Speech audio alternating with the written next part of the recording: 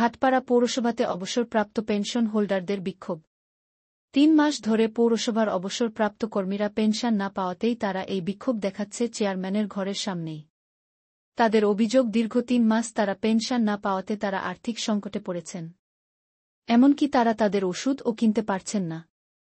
তাই যতক্ষণ না তারা বকেয়া পেনশন না পাচ্ছেন ততক্ষণ তারা এই আন্দোলন চালিয়ে যাবে।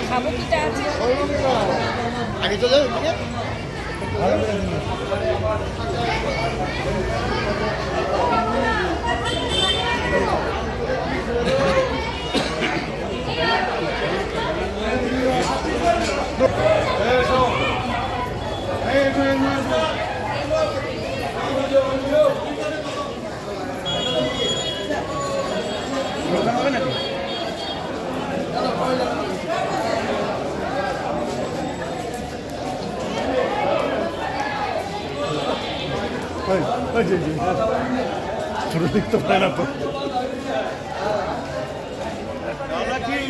বেশি চালাকি করবে না।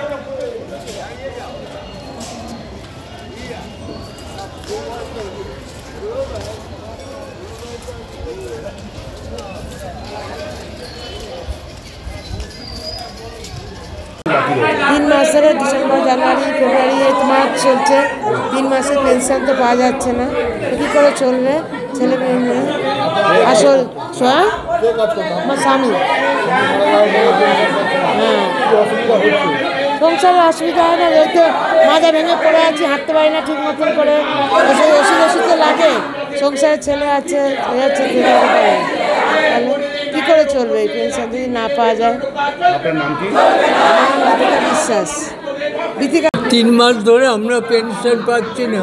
আমরা পেনশনের জন্য এসেছি, পুলিশ দেখে আমাদের কি করছে দেখুন দেখুন আমরা কি করতে পারি? আমরা খাবার টাকা 40 বছর চাকরি করেছি আমরা সব, এখন খাবার জন্য মরে যাচ্ছে। যাতে পেনশন পাই একটু ব্যবস্থা করে দিই, যাতে আমরা খেতে পারি। আমরা কিছু করব না, আমরা কিচ্ছু করব। পুলিশ ডেকে নিল, প্রশাসন পুলিশ ডেকে নিল, আমরা কি করব? আমি 10-এ 3 মাস। আমরা চিকিৎসা তো আমার প্রচুর, হাঁটতে চলতে পারি না, বুকে গোটা গায়ে কিলো লাইট, আমি অসুস্থ, অন্তিমকালে চলে এসেছি। আর আমরা কি চাই? আমরা এখন দুটো খেতে, আমাদের পেনশন ন্যায্য দাবি পুলিশ দেখে নিও। বুঝুন কতগুলো পুলিশ প্রশাসন। আমরা কি করতে, একটা পাতা চিনতে পারবো? আমাদের ক্ষমতা আছে?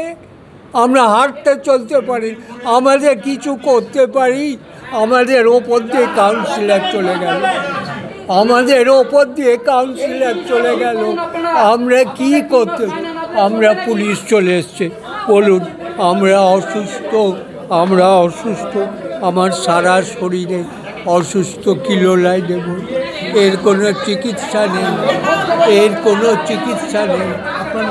তরুণ ঝা।